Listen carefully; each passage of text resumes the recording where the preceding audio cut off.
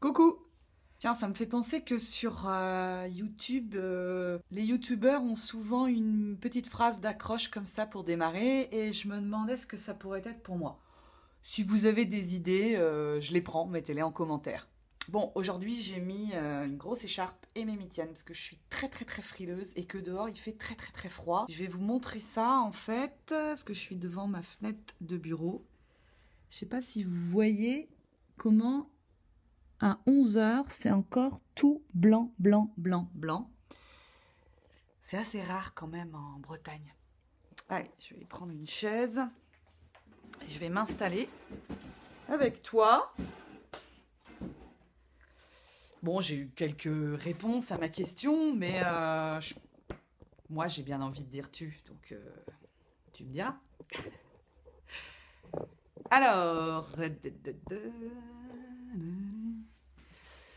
de quoi j'avais envie de te parler aujourd'hui? J'avais envie de te parler... C'est terrible cette lumière là, je sais pas. Bah oui, c'est l'après-midi que j'ai le soleil, messieurs, dames, dans mon bureau. Pas le matin. J'avais envie de parler du mode introverti, extraverti. Régulièrement sur Facebook, il ressort des articles pour différencier les autres, valoriser les introvertis par rapport à la société qui met beaucoup en avant l'extraversion, la prise de parole en public, le fait d'être à l'aise en société, de pouvoir aller voir les autres. Évidemment, comme c'est m'énerve toujours un petit peu cette dissociation et cette façon de séparer les choses, de classer les gens, et en fait, en gros, une fois que tu es dans un mode, tu peux pas être dans l'autre, et le fait de mettre en avant le mode introversion dans lequel je me retrouve aussi, a donné envie de parler un peu du mode extraversion.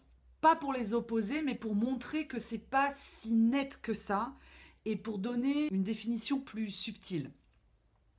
Moi, je suis dans un mode extraversion. En fait, comment je le sais? Bon, je pense que quand on regarde un descriptif de ce mode-là, on se reconnaît assez facilement. Et ce qui est bien aussi, c'est de lire une description du mode introverti, dans lequel on va pouvoir se retrouver aussi, mais peut-être un petit peu moins. Donc l'idée, c'est de voir quel est le mode qui nous correspond, qui pèse le plus lourd. Moi, j'en ai la certitude parce que aussi j'ai fait un test de recrutement il y a quelques années. Le test, c'était un test MBTI, donc c'est un test qui est utilisé notamment pour constituer les équipes. Alors, comme je filme avec mon téléphone, j'ai eu un appel entre-temps. Ça a coupé, je ne sais plus où j'en étais. Je parlais du test MBTI. Donc ce test a notamment... c'est un test de connaissance de soi, de son fonctionnement, mais il a une visée notamment pour la constitution d'équipe. Voir comment une équipe et les personnes de l'équipe vont pouvoir interagir et fonctionner en complémentarité, ensemble. Comment elles vont pouvoir s'ajuster. Ce test MBTI m'a révélé que j'étais ENFJ. A priori, on a comme ça une tendance, même si on refait le test plus tard, on va rester dans la même tendance. Et le E veut donc dire extraverti. Alors, j'aimerais faire une petite précision sur l'extraversion, parce que évidemment, ce qu'on voit de l'extraverti, c'est tout feu, tout flamme, wouhou, pas peur, pas froid aux yeux, à l'aise en public, en société, à prendre la parole en public, voilà, quelqu'un d'un peu foufou.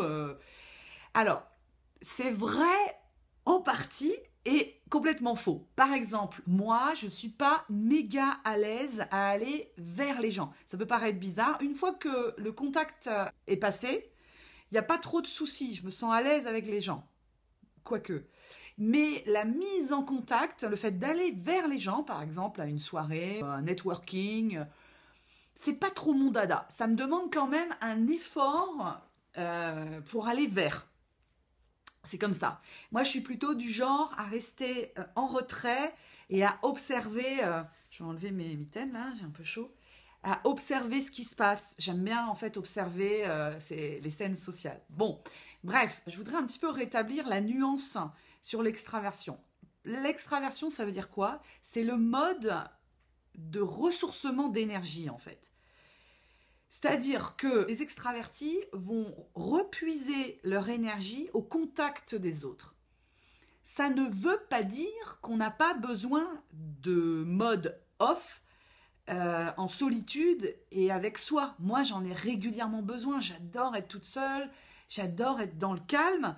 Et c'est pas parce que je me ressource au contact des autres que j'ai besoin d'être tout le temps au contact des autres.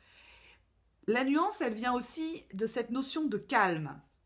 Par exemple, si je discute avec quelqu'un dans un café, dans un bar ou dans un lieu, ou même dehors, s'il y a trop de bruit environnant, par exemple si on est sous la baffe de la musique, comme ça arrive, ou dans un lieu avec beaucoup de monde autour, je vais très vite me fatiguer, m'épuiser, parce que ce bruit va venir parasiter en fait mon énergie, donc je vais être concentrée sur ce qu'on se dit avec la personne, mais à la fois je vais entendre tous ces bruits environnants et ça va me prendre beaucoup d'énergie. Autre point pour vous donner un exemple, je déteste la foule. Dans la foule, je ne ressource pas du tout mon énergie, je la fuis, la foule je sais pas, me fait peur, je n'aime pas les mouvements de foule. Peut-être que dans la foule, ça me ressource pas parce que je ne suis pas en contact avec une personne. Donc je déteste les endroits où il y a trop de monde. Je suis pas fan des concerts, j'aime pas les supermarchés blindés, j'aime pas le métro bondé. J'aspire plutôt à des endroits déserts, calmes. Donc voilà, ça j'en ai besoin. Je sais que j'en ai besoin dans mon équilibre et dans mon énergie. Donc vous voyez, c'est pas si simple que ça. C'est vrai que quelqu'un qui est introverti, pour se ressourcer, pour retrouver de l'énergie, du power, il va avoir besoin de calme, de solitude, de repli sur soi. Ce qui n'est pas mon cas. Même si ces temps-là de solitude, je les recherche et j'en ai extrêmement besoin. J'adore bouquiner, j'adore mon indépendance et ma solitude. Je pourrais pas m'en passer. Mais c'est vrai que si tu me mets sur une île déserte mais vraiment déserte, où il n'y a personne, c'est-à-dire que j'ai pas de connexion avec l'extérieur, je pense que au bout d'un moment, je vais déprimer. Je pense que c'est aussi lié à mon fonctionnement cérébral. Je m'explique. Quand je dis pas de connexion avec l'extérieur, c'est pas de téléphone, pas d'internet, pas d'écrit possible. C'est pas le mode extraversion pour moi ne passe pas que par la relation physique, la présence. Et finalement, en repensant à cette vidéo que je voulais faire sur extraversion, introversion, j'ai compris pourquoi les blogs, pourquoi cette chaîne YouTube, pourquoi mon projet de livre avait de l'importance pour moi, parce que pour moi, c'est une façon de me connecter à toi. C'est une façon de me connecter aux gens. Alors que physiquement, dans l'instant présent, je ne le suis pas. Mais au moment, par exemple, où j'enregistre cette vidéo, je me sens en connexion avec toi. Je me sens en communication. Et en fait, ça ressource mon énergie. Quand je termine une vidéo, je me sens super bien. Et donc, j'ai compris que c'était aussi en lien avec mon fonctionnement cérébral parce que le fait d'être en connexion, en relation avec des personnes, ça me permet de décharger mon mental. C'est-à-dire que je partage mes réflexions, je les construis avec l'échange et ça me fait vachement bien.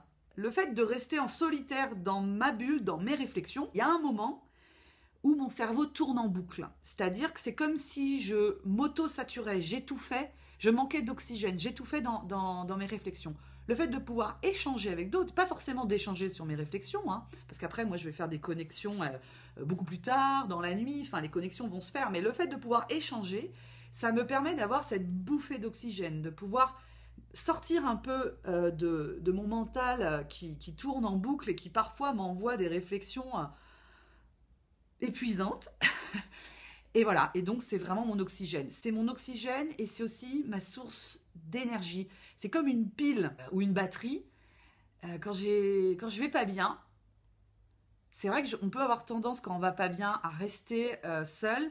Moi, si je vais déjeuner avec des personnes, des copines, ou si je vais prendre un café, ben, je vais tout de suite mieux en fait. C'est comme si je sortais de ma léthargie. C'est vrai que le mode introversion va donner des personnalités un peu plus timides, un peu moins tournées vers l'extérieur, mais encore une fois, ça veut rien dire. On peut avoir quelqu'un qui recharge ses batteries dans ces moments de solitude et de connexion, de repli sur soi, et avoir beaucoup de facilité à rentrer en contact avec les autres, à être à l'aise en société. Pour moi, c'était important de reparler de ces deux modes-là, et au regard de mon fonctionnement, ça expliquait que tous ces modes de communication vers lesquels je suis attirée m'apportent, me font du bien, et cette chaîne en fait partie. Donc, Merci d'être là, merci de me regarder. Si tu as envie qu'on continue d'être en connexion, toi et moi, abonne-toi, like les vidéos, ça me fait un petit retour. Si tu as des liens, des ajouts à faire sur extraverti, introverti, si tu veux donner ton témoignage, savoir comment tu te sens, à quel moment tu te sens dans l'extraverti, à quel moment tu te sens dans l'introverti, bah partage-moi tout ça dans les commentaires sous la vidéo. Je répondrai à tous les commentaires. À bientôt. Bye bye.